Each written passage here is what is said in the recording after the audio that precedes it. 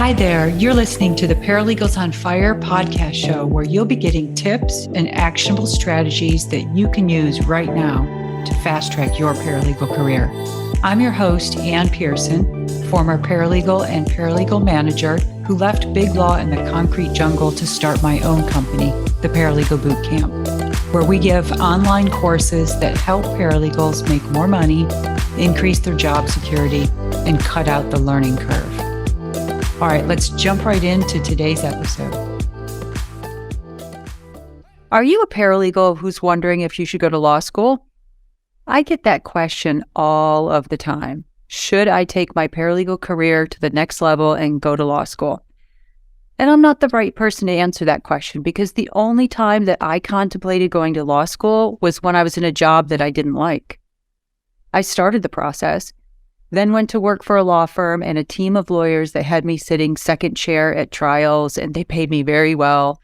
And at the time, it was pretty much mandatory that you did not work, at least for your first year of law school. And I loved my job and the work that I was doing. I just didn't want to give it up, so I put it on hold, never to be approached again. All of that is to say, if you're a paralegal wondering if you should go to law school, I have no idea, but I have someone who does. My guest today is Sarah Mohr, and I put a call out on LinkedIn looking for someone who was a former paralegal turned lawyer. And this is why I love LinkedIn.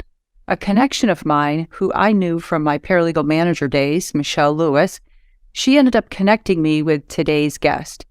I don't know if you listen to the podcast, Michelle, but if you do, thank you. My guest today, again, is Sarah Riley Mohr.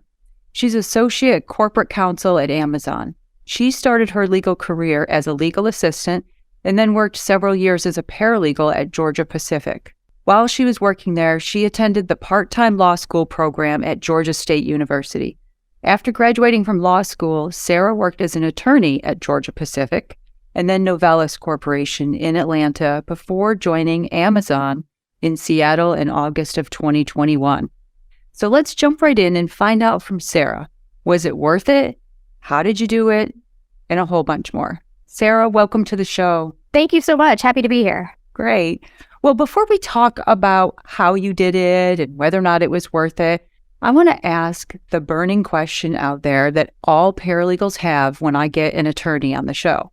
And I think it's perfect that you were a paralegal before becoming an attorney. So the question is, what do you think are the top traits or trait or a skill that paralegals have that set them apart from others, that make them a great paralegal? So I'm going to say, and this is advice that was given to me when I was a paralegal and had just started law school and was reviewing a contract and went to the attorney who assigned it to me and said, hey, I have all these questions. She looked at my markup, said, hey, these are great questions. I don't know the answer. Go figure it out. Which, on one hand seemed a bit harsh at the time, but it taught me, and this is a trait that I appreciate when working with current and past members of our legal support staff, is it's important to be able to spot issues and ask the right questions. But it is even better if when you're, issue spotting, forming your questions and ready to present to whichever attorney you're working with, to also demonstrate that you've put some thought into a proposed solution. So, hey, I see this issue. I have this question. I think that we should handle it by doing XYZ or, ABC. And that to me shows that you've not only been able to appropriately spot an issue, raise it, again, appropriately to the attorney you're working with, but also you've taken the next step to problem solve and propose a solution. That to me says that you are, one, thinking about things correctly, wanting to do additional substantive work.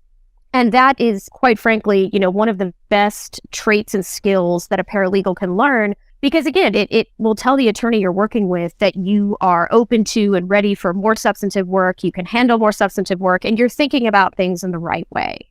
So again, that was, just having a lawyer come to me and say, hey, great job marking up this contract. I don't know the answer to these questions any more than you do. Go figure it out. So that taught me to take the initiative to say, okay, this is what I've done. This is what I figured out.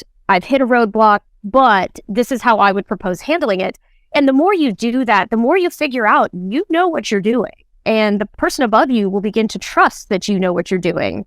So it's a fantastic way to, again, demonstrate your ability, your skills with the attorneys you work with, and then earn additional trust to be able to do more substantive work and sometimes on your own. So that would be the best trait, I would say. And another is no task is beneath anyone. Maybe I always kind of, project this on myself because I'm a former paralegal and former legal assistant. I prepare my own executable contracts. I have no problem looking things up or filing things away. So I also appreciate the attitude of like, hey, this isn't my job, but it has to get done. I really think that no task is beneath anyone, despite the attitude of some lawyers and some legal professionals. But at the same time, that can be taken to an extreme.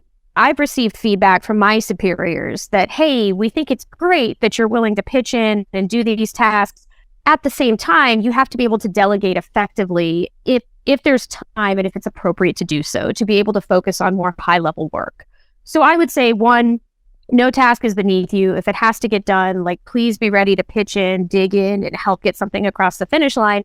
But there is a fine line. You have to be able to balance, hey, I'm willing to help and pitch in and do all of these things. But I also need to recognize that, are my skills best suited for this task, or can it be delegated effectively, given the time and the time crunch, if that's the situation that's going on? I like both of those. And everybody listening, if you go to that first one, you've heard me say it on here before. Be the problem solver, not the problem reporter. Now that you were telling that story, I remember back when I was a brand new paralegal, and the attorney that I worked for, I brought him, I don't know, it was a notice of deposition or a motion or something like that. And I asked him a question that I had on it. And his response was, I don't know, Anne, what do the rules say? And I'm like, I don't know. And he said, well, you better go read them and figure it out. I did that a couple of times. And by the second time, I realized, okay, I need to figure this stuff out. I can't just walk in and expect him to give me the answer, even though he knew it. He knew what the rule was and he knew what the rule said, but he was making me go figure it out. So that's great. All right. So you're working as a paralegal years ago. You're in-house at Georgia Pacific, which is known for being a great place to work as a paralegal in the Atlanta area. I was there once. So what makes you decide to go to law school? Can you give us a little bit of background? Sure. I have to admit, and this is obviously, very, very personal and unique to the role that I was in and the roles that other legal professionals are in. I worked with attorneys, and again, you're completely correct. Georgia Pacific is a fantastic place to work. I spent 9 years in their legal department, but I worked with a lot of attorneys who kept telling me hey, you're doing a great job. You're really smart. You're very capable. Have you considered law school? And of course I had, but it costs a lot of money. It's a huge time commitment. Like you, and I really loved my job.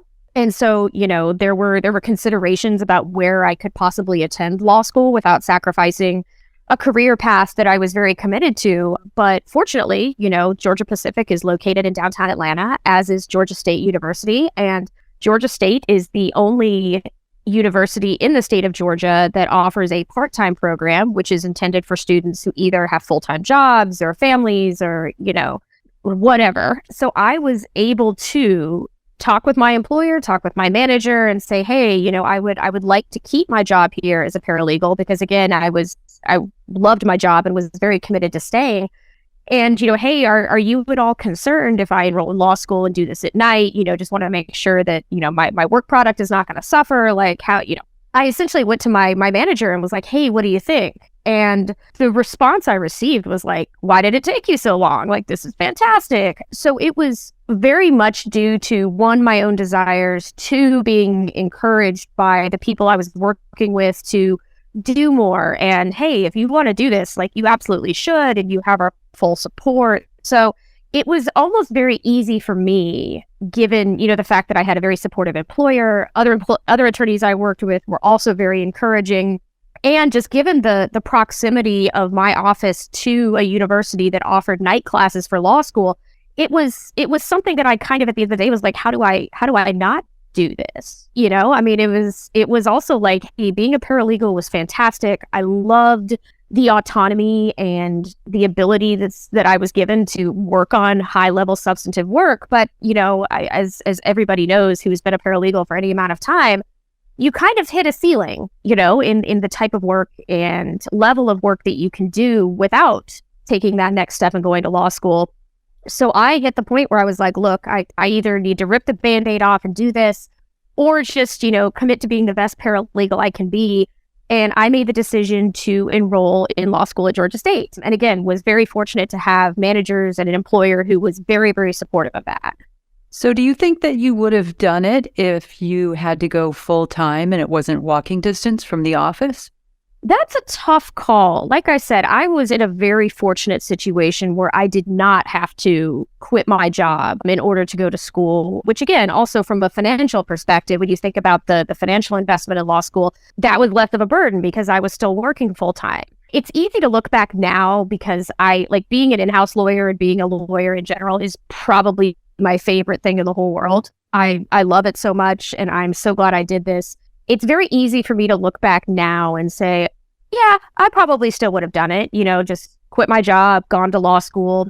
However, I do think that it's a tough decision because, again, that would be a situation where I was a full-time student and not working and, would have taken out a larger amount of student loans and incurred some debt. And I now will say that for me, it was completely worth it. And I love what I do. And I could not imagine not having gone to law school. But whenever someone comes to me and asks me the same questions you're asking, Anne, like, hey, I've been a paralegal, I'm thinking about law school. I first of all tell them, for me, it was completely worth it. I love what I do. I wouldn't change a thing. But it is, of course, a huge commitment, both time-wise, financially, and you have to decide, is that something that you really, really want to do? Or is it more kind of a, hey, for better or for worse, sometimes people treat paralegals with less respect than they do attorneys. And, is this mostly about wanting a better title, more pay for the same or slightly the same work? I would just say, make sure that this is something you truly want versus just something you feel that you should do as like the next step in your career. Because I will tell you right now, I've worked with paralegals that are brilliant and I could not do my job without them. And I'm like, please don't go to law school because what would I do without you? Of course, I'm joking. If they wanted to go to law school, I would be completely supportive of that. But I just want to make sure that when you go to law school, you go in with your eyes open, like, what is this going to mean for me financially? Like, if I do quit my job and go to school full time, what am I going to do for work afterwards? Have you spoken to your employer? Are they open to potentially, bringing you on in the summer as an associate? Are they open to looking at you to hire you as a lawyer when you graduate? Is that not an option? Do you have other options? That was a very long way of saying, yes, I probably still would have done it. It just would have been a very different career path post law school than I have right now. Right. So know your why if you do decide to go to law school. Know your why and also be ready for the consequences of going. Like I said, it is a big time commitment. It is stressful. It is a lot of work. Again, you may incur some debt, depending on what you do. And these, of course, are trying economic times. So it may be worth it, just to take on that burden and understand that when you graduate, you're eligible for higher pay, better benefits, all of that stuff. So for me, it was worth it. But like you said, know your why and make sure that if you are taking on that level of a commitment, you're doing it for the right reasons. Okay, good. Good advice. Well, so let me ask, do you think that having prior paralegal work experience helped you get through law school? 1,000%. I remember in my first year contracts class, second semester, part of our grade, again, you have the final exam at the end of the year, but this, they were actually trying something new for the first time when I was in law school. And 50% of my grade second semester was going to be actually drafting a contract. And I'm over here like, this is the best news I've ever heard. Like, this is what I do every day in my job. But then you would hear some of the full-time students who were just, enrolled in a nighttime class just being like, I don't know how to write a contract. I don't know, like, where do I even start? I was on an email chain with other students and somebody found a random contract on LexisNexis and just were sharing it around with like this massive email chain of like, here, I found this. We could use this to start. And I was like, this is terrible. Like, I can do better than this. But I wouldn't have been able to do that without my experience as a paralegal. aside from that specific example, and again, if you're a litigation paralegal, that might have been a different experience. But aside from that, when you're in law school, you're learning the law academically. You're reading case law and thinking about it as it should be. And like I said, from a very academic perspective, anyone who has worked in the legal field understands that there's a difference between the academic side of the law and then how it works in the real world from a practical perspective. So it almost kept me in good stead. It gave me a good perspective on what I was learning, how it works in the real world versus just kind of looking at the law within the four walls of law school. So that to me was incredibly helpful as I went through law school. Interesting. Okay, so then I probably already know the answer to this one. I was going to ask I was going to ask you, do you think that being a paralegal helps you now be a better lawyer? Yes, completely. This is almost a softer skill, but a lot of the lawyers I work with and have worked with in my career as an attorney have come from big law firms, are used to having, either a legal assistant dedicated to them or a paralegal that worked for them who could handle, everyday tasks and look up documents and handle all these things. And it has really made me almost more self-sufficient because I'm like, look, I can find things, I can look something up. Like I've done this, for years and years and years. And again, it also to me enables me to move a little more quickly. I'm not waiting on support staff to handle things for me. I can create my own executable contracts. Like it is not a problem. That being said, as I mentioned earlier, are there times when I do things that I should be delegating? Absolutely. So it is a fine line between, hey, I can do this, but also should I be doing this? But regardless, like my experience as a paralegal has made me like almost from day one more comfortable starting off as an attorney because it was like, oh, I'm doing the same work. I just have the ability now to, do higher level work, put my name on things. And then of course, to some extent, that's a little bit scary because as a paralegal, you're sharing it with the attorneys you're working with. And there's almost kind of a security blanket there where, hey, I'm doing this work. I think I did a great job. The attorney reviewed it, signed off, but you still have that level of security of like, yes, I did this. It's going to be filed. It's going to be, sent to a third party, like a contract is going to be sent to a third party for review. This is a huge deal. But you have that level of that additional level of security where an attorney is going to look at it and make sure at the end of the day that everything looks good. When you move from a paralegal to an attorney, I kind of had a moment of panic. Like, oh my gosh, like I'm now the person I used to come to with questions. Like I'm now the person who's supposed to know this. And like, oh, my name is going on this. And like, eek. Like I said, I experienced a little bit of panic, like, oh my gosh, like what have I done? Like, this is crazy. So there is a bit of a shift in your mentality when you go from being a paralegal to an attorney.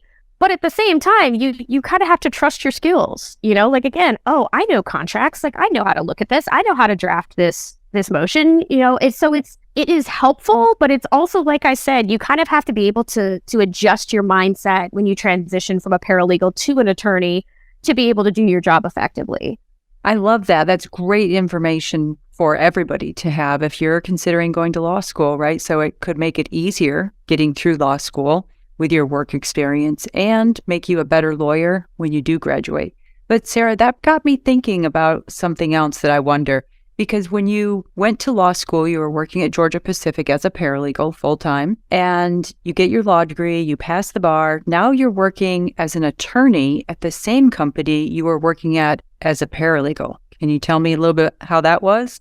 Yes, so that was both a good thing and a bad thing. So it was great in that I was working with people for years who were well aware of my skill level, trusted my skill level, and were kind of ready to treat me, not just as a first year attorney, but like, hey, all right, let's do this. You've got your law degree, you passed the bar. We're ready to give you, almost higher level work than we would a traditional entry level attorney. But on the flip side, it was very difficult to get some of the attorneys I worked with to treat me as a lawyer when they knew very well that I had been paralegal first. I worked with a couple attorneys who, I would send them something for review.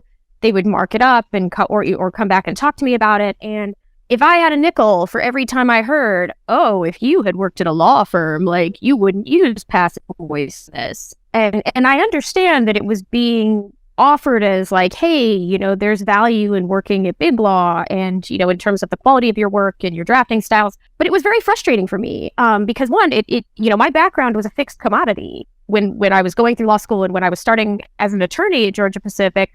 And at the same time, it was almost a little condescending. Like, yes, I understand I did not work at big law like most of the attorneys do before they go in-house. But at the same time, like, I am very receptive to your feedback.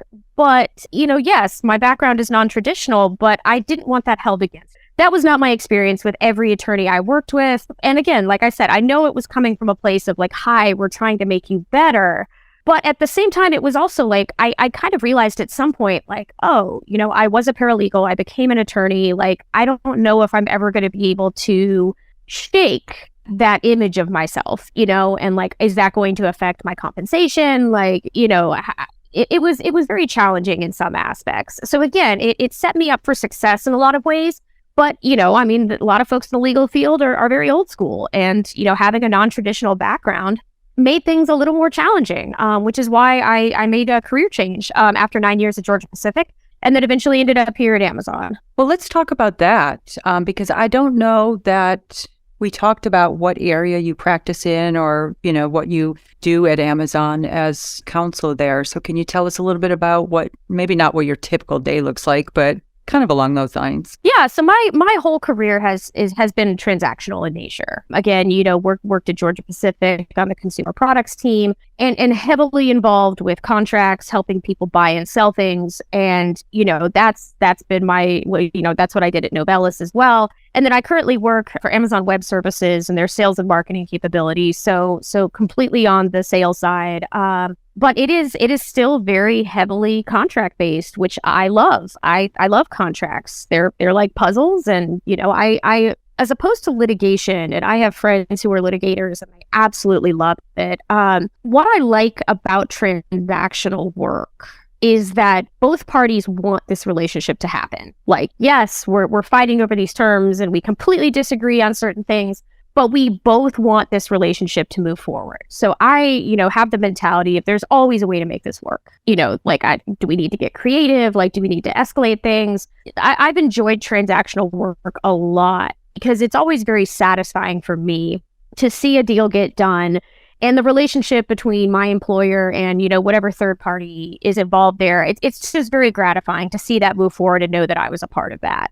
I love how you described that. I only ever worked in litigation, but then as a paralegal manager, I did manage the real estate and corporate paralegals and immigration and all that. So I got to know a little bit of the behind the scenes, but I'd never heard it described like that before. All the parties want to make the deal happen. That's a great way of describing it compared to litigation where nobody wants anything to go smoothly for the other party. Yeah, I was going to say, once things, I'm going to knock on wood as I say this, hopefully the contract I'm working on, with a third party is not going to end up in litigation because, at that point, something is broken in the relationship because, you have disputes constantly between two parties. And, if we want to make it work, it can usually be resolved through commercial means without resorting to litigation. But once something's in litigation, that relationship isn't necessary. And hey, yes, these are contentious negotiations, but we all have the same goal of trying to get this done and trying to move forward and work together.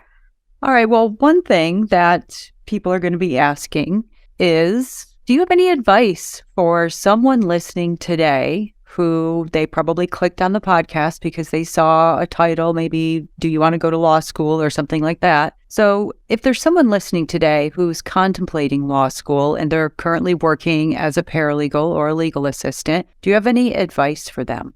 Yes. Again, I kind of want to double click on what I said before. Make sure when you're considering law school seriously, whether you're signing up for the LSAT or studying for the LSAT or, taking steps, where it's more than just a thought of, oh, maybe I should do this. When you're considering going to law school, make sure that you're doing it for the right reasons. So that I would say would be the first piece of advice. The second I would say is to really practically think about how your law school experience is going to look. Are you going to resign from your job? Are you considering a part-time program? That sort of thing. And one of the things that I realized very quickly working a full-time job and going to law school was that I couldn't excel at both, at least not while keeping my mental sanity. I could either excel at my job and do, passably well at school, or I could focus on school, excel at school, and just, kind of decrease my workload at my job. There's only so many hours in a day. And, I think for me, and it was difficult for me because, I think most people who are paralegals who go to law school are ambitious, hold themselves to high standards, are slight perfectionists, that sort of thing. So it was very challenging for me to say, oh my gosh, am I going to do something and not do it amazingly? And that's not to sound arrogant. It's just, kind of the pressure I put on myself. But I can't do both. Like, I cannot crush my job and I cannot kill it at school without losing my mind or just being completely burned out by the end of the experience. So for me, like I said, my goal was to get an attorney role at Georgia Pacific after I graduated. So I was like, look, I have to do an amazing job at my job and I will do the best I can at school. But, if there's a conflict, I want to make sure that my employer values me and believes I can take that next step and contribute as an attorney. And, I ended up graduating with decent grades. I was certainly not in the top 10%. And, my grades were not good enough objectively to get into a King and Spalding or a Troutman or a Jones Day or that sort of thing. But at the same time, because of my work experience, no one ever asked to see my grades. I have never had a job interview or applied for any job where someone has asked to see my grades in law school. The more valuable commodity at that point is my experience. You look at my resume and it's like, yes, I did all this work as a paralegal, then as an attorney. And for me, that was the right decision. But for some people, if you are quitting your job or, you are at a job that is perfectly fine, but you would like to go to law school and then get amazing grades and translate that into a big law career or, a clerkship or something like that, then the right decision for you may be to focus on your grades versus, doing an absolutely fantastic job at, for your employer. So I would say, when you're considering law school, think about what your end goal is, and that should help you prioritize as you begin your law school career. I love that. And I love that you were so kind of planning ahead to know that, because not a lot of people would realize that. Like, you already have a great job, but if you had messed that up, what if you had messed that up and then also only done kind of good at law school? Then you'd be out of a job at Georgia Pacific. Exactly. And a lot of people listening may not understand this. After having spent my entire career in big law, I saw it firsthand. But if you don't currently work in what we would call an AmLaw 100 firm, you don't get a job in an AmLaw 100 firm unless you graduated in the top 10% of a top 10 school. So, the figures or the salaries that you see out there that first year associates are making, they're only making them because they did that and they're at a big firm. There's a big difference between that and the AmLaw 300 firms. 100%. All right. Well, oh my gosh. Thank you, Sarah, so much for taking the time today. I know that you're probably super busy and you have no idea how much this advice is going to help a paralegal or two out there listening who might be considering going to law school. I am so happy to hear that. I love speaking with people about my experience, and I always want to encourage people, whether it's law school, whether it's an additional certification or whatever, like you are never going to suffer trying to better your education or yourself. And I, for anybody who's listening, if you would like to reach out to me personally on LinkedIn, I am more than happy to speak with anyone who has any additional questions, either about law school generally or about my experience. Oh my gosh, that's wonderful, Sarah. Thank you. All right. Well, hopefully the listeners will be respectful of Sarah's time, but I'll put a link in the show notes to connect with you on LinkedIn. Wonderful. Thank you so much, Sarah, and have a wonderful day. You are so welcome. Thank you so much. All right, that's it for today's episode. Thank you so much for listening.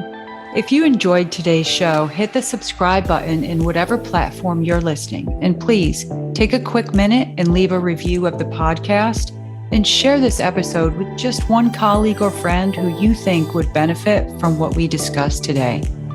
Share the knowledge and the entire paralegal profession elevates. See you next week. Bye for now.